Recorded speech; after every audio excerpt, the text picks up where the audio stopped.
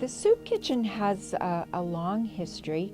It has been in existence for well over 30 years.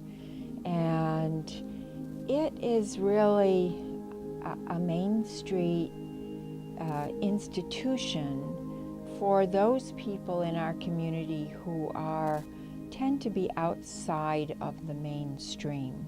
I am Jeremiah Raffini. I am the executive chef of the agency.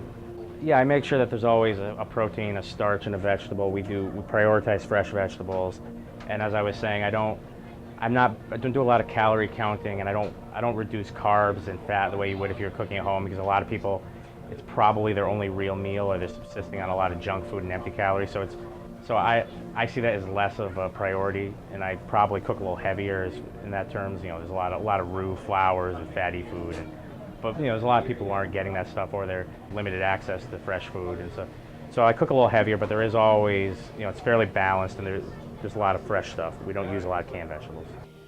We see about 200 people a day. We serve breakfast, lunch, and then a bagged dinner that people can take with them. It consists of sandwiches and some snacks. Big Y is the bakery thing that we have on a daily basis. They go to Big Y, they get the stuff directly. It's all day-old bakery. It comes straight here. And that's most of our breakfast desserts. And then the bread we make sandwiches from come from that.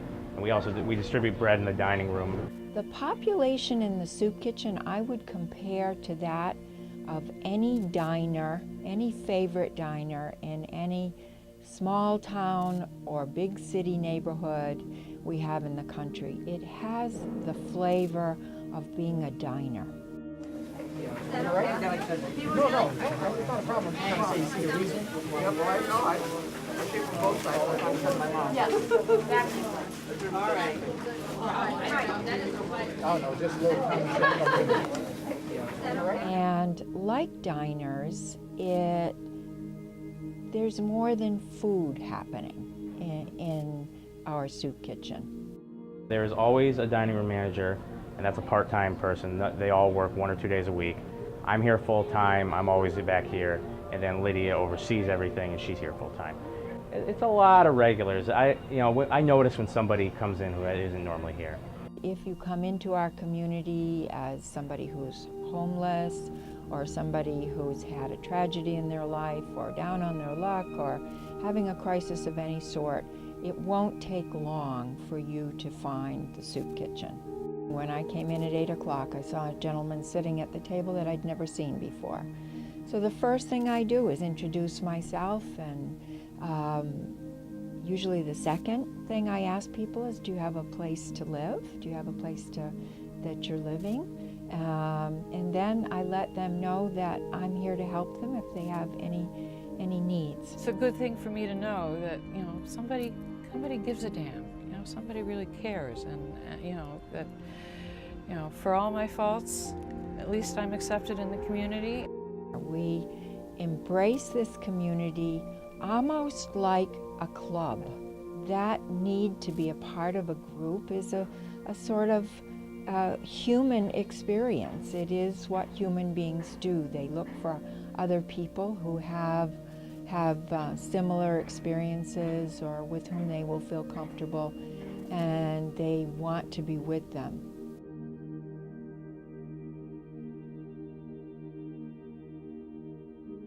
We have groups that are scheduled that we know are coming, but they generally just serve. And then there's some people who just come in, and a few of them commit to days, but a lot of them, they just come in when they have time or they feel like it, and we don't really know when that's coming. So there's been days when we've had nobody at all, and we've had to recruit 2 people just to get through. There's been days when we've had like 20 people, and we're desperate to find them stuff to do. The lunch today is white bean and spinach stew, which is right here, glazed carrots, which is right here, and I am doing wild rice, which I'm about to pull out of the oven actually right here. There are beautiful souls that have wound up in these positions that you know, don't deserve it. You know, and even if they deserve it, maybe they need just a little wake-up call and some time and so forth. You know, I mean, a human being is a precious thing, in my opinion.